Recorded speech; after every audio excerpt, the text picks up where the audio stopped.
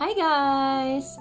Our plant star for today is the money tree. Wow! Ito, sobrang lucky nito. Luckiest indoor plant daw po ito.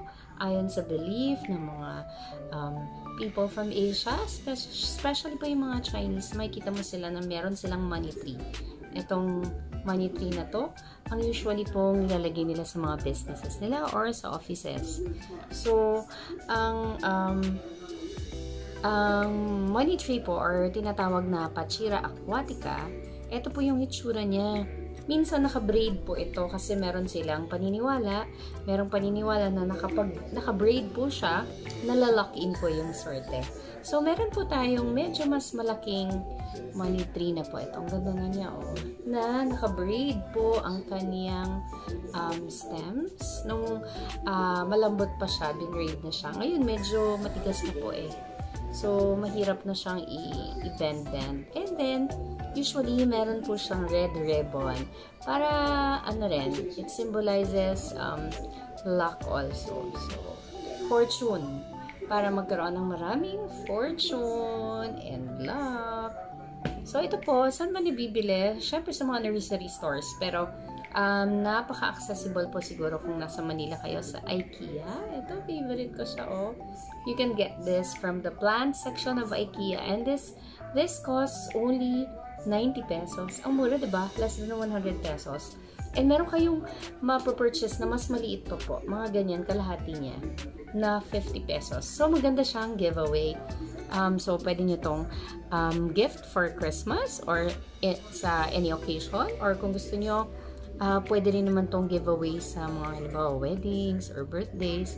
As souvenirs, at least ano siya. It will last for a long time basta maalagaan ang husto. This will last for about mga 10 years. Kaya niya po makasurvive for mga 10 years. And tumataas itong mas mataas pa sa atin. Mga hanggang 8 feet kayang tumaas ng money tree. So, pagka lumaki na siya, nagpa-flower na po. And ito naman, ginraft siya. Iba po yung ginamit na trunk niya. Ganyan ang itsura. Pero ang cute din kasi mukha siyang puno, oh. So, iyang leaves niya, usually sa isang stem, sa isang ganito is 5 leaves. Tapos, ano siya, madulas. Ayan, ang ganda. Ang ganda ng itsura niya. So, ito po, maganda rin siyang gift, lalo na dun sa mga bagong lipat. Kaya actually namin to binili for my daughter kasi she's transferring to a new house. So, this symbolizes new beginnings. So, luck po. We wish her luck on her new house. So, ayan na po siya. This one is native of Central and South America. Sa mga swamps doon. So, mahilig siya sa tubig. So, most of the time po dapat is moist po ang kanyang soil. Pero, kailangan po is well-draining. Ibig sabihin, pagka po inano siya, diniligan siya, kailangan yung water niya dire-diretso na lalabas dun sa pot niya. So, make sure din po na malalaki yung holes na gagamitin natin. And, para to promote a well-draining soil, mas maganda po na meron siya mga perlites, yung maliliit na bato-bato. Para po hindi ma-stuck yung water dito kasi gusto nga niya na moist pero in between watering po kailangan medyo ipa-dry up natin siya. Hindi pwedeng everyday na dilig. Ayaw naman po niya ng sobrang basa kasi magkakaroon ng root rot. This plant is also pet friendly, so kung makain man ng ating cats or dogs, hindi po siya poisonous. So okay din siya talaga. Tapos okay din siya sa mga new plant mommies or new plant titas. Kasi po, ano siya, hindi siya madaling mamatay. Madali lang siyang alagaan. And kahit hindi fina-fertilize, nag-grow lang siya. Ito nga, hindi ko masyadong napapansin eh. Hindi ko rin masyadong namamonitor yung pagdidilig dito. So, ayan, buhay siya. Tapos, ang dami niyang lumalabas ng mga bagong stems and leaves.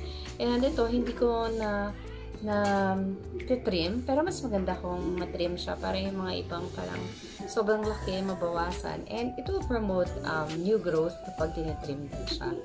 So, ito po is money tree. Maganda po siya nakalagay sa bright Bright, indirect sunlight. Gusto niya ng maraming light, pero ayaw naman po niya ng diretsong-diretsyo na naarawan kasi mas scorch po yung leaves niya, mag-dry up masyado. So, ilagay niyo lang po siya dun sa area na pinakamaliwanag. Pero just in case po na ilagay niyo siya sa loob ng room or ng office, nakaka-survive din po siya kahit na wala kayong grow lights, kahit na yung light lang po sa loob ng room, kaya niya mag-survive.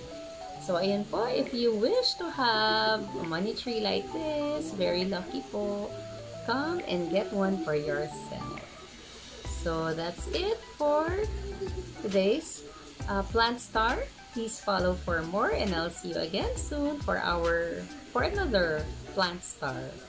See you and thank you!